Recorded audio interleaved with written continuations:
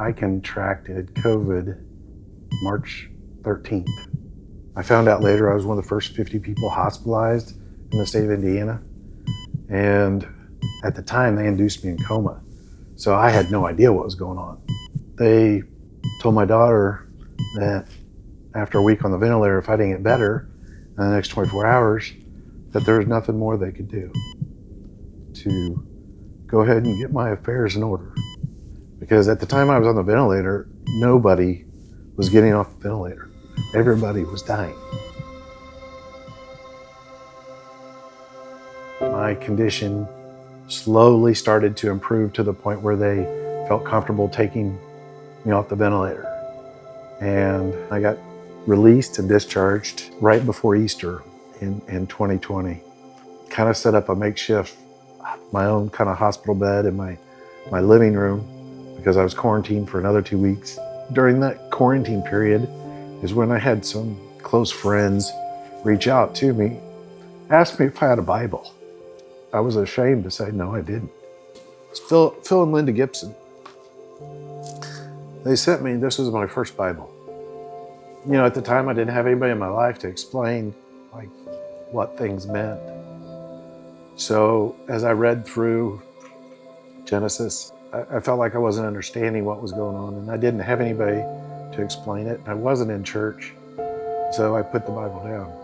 And I kind of resumed the kind of life I was living before. And it was certainly a path towards death and destruction. But Julie's the one that, when we met, that really was, I feel like, my guardian angel. And I became a lot more interested in understanding what the Bible meant and what it meant to be a Christian. The event that started my transformation, my true transformation, my rebirth, was when Julie baptized me in the Jordan River. I had planned to go to Israel.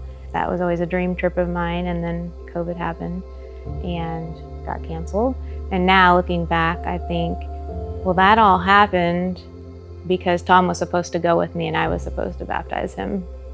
Ever since then, I have been growing in my faith, and it has served as just a complete change in my life. One of the biggest things that has happened since my transformation is that my family has abandoned me. Watching your husband's family and old friends completely cut them out of their lives for his decision is heartbreaking. And he has said many times over the last couple of years, like, I don't understand how I'm so happy and I have no relationship with my family. So I think now that he would say he can explain it, it's because he has the Holy Spirit living inside him. And I pray every day for my family. I hope someday they make the same decision I made. And that is the path of choosing everlasting life.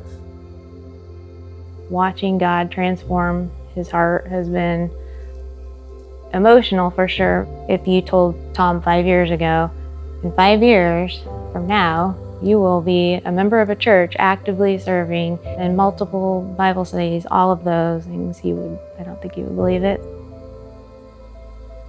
You can either choose death or you can choose life.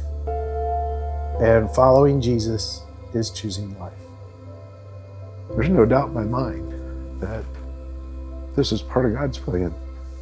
I died and I was reborn.